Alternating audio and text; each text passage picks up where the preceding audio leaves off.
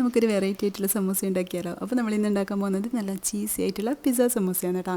അപ്പോൾ അതിന് വേണ്ടിയിട്ട് ഒരു പാനിലോട്ട് 2 ടേബിൾ സ്പൂൺ നിറച്ചതിന് ബട്ടർ ചേർത്ത് കൊടുക്കുക. അതിലോട്ട് കുറച്ച് ഇഞ്ചി വെളുത്തുള്ളി ചതച്ചത് ചേർത്ത് കൊടുക്കുക. പിന്നെ ഒരു 2 ചെറിയ ഒരു മീഡിയം സവാള വളരെ പൊടിയായിട്ട് അരിഞ്ഞതും, അതുപോലെ തന്നെ കുറച്ച് ചിക്കന്, ഒരു കപ്പോളം ചിക്കന് ചെറിയ ചെറിയ ക്യൂബ്സ് ആയിട്ട് അതും കൂടി അരിഞ്ഞിട്ട് ജസ്റ്റ് ഒന്ന് കുക്കായി വരുമ്പം അതിലോട്ട് 1/2 ടീസ്പൂൺ കുരുമുളക് പൊടി, 1/2 teaspoon chilli flakes, 1/2 teaspoon oregano, 1/2 teaspoon Kashmiri chilli പൗഡറും, 1 ടേബിൾ സ്പൂൺ നിറച്ചെണ്ണ ടൊമാറ്റോ സോസും, പിന്നെ 2 ടേബിൾ സ്പൂണുകളൊക്കെ ഫ്രഷ് ക്രീമും, പിന്നെ ഒരു സ്ലൈസ്ഡ് ചീസും കൂടി ചേർത്തിട്ട് നല്ലപോലെ മിക്സ് ചെയ്തതിന് ശേഷം 2 പച്ചമുളക് ചെറുതായിട്ട് അരിഞ്ഞതും, ഒരു ഹാഫ് പീസൊക്കെ ക്യാപ്സിക്കം ചെറുതായിട്ട് അരിഞ്ഞതും, അതുപോലെ തന്നെ മല്ലിയിലയും കൂടി ചേർത്തിട്ട് നല്ലപോലെ ഒന്ന് മിക്സ് ചെയ്തിട്ടെടുത്താൽ നമ്മുടെ മസാല റെഡിയായി.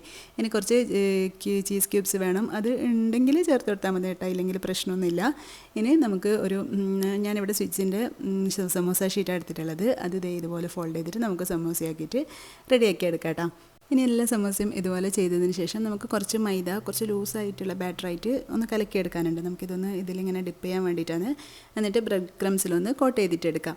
ഈ മൈദേൻ്റെ ബാറ്റർ നല്ല കട്ടിയായിട്ട് എടുക്കണ്ട കേട്ടോ, കുറച്ച് ലൂസായിട്ട് തന്നെ എടുത്താൽ മതി. നമുക്ക് ജസ്റ്റ് ഒന്ന് ഈ ഒരു ബ്രെഡ് ക്രംസ് ഒക്കെ അതിലൊന്ന് പിടിച്ച് നിൽക്കാൻ വേണ്ടിയിട്ട് മാത്രം.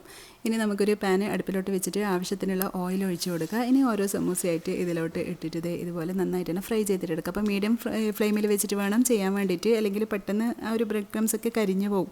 അപ്പോൾ അത് ശ്രദ്ധിക്കുക.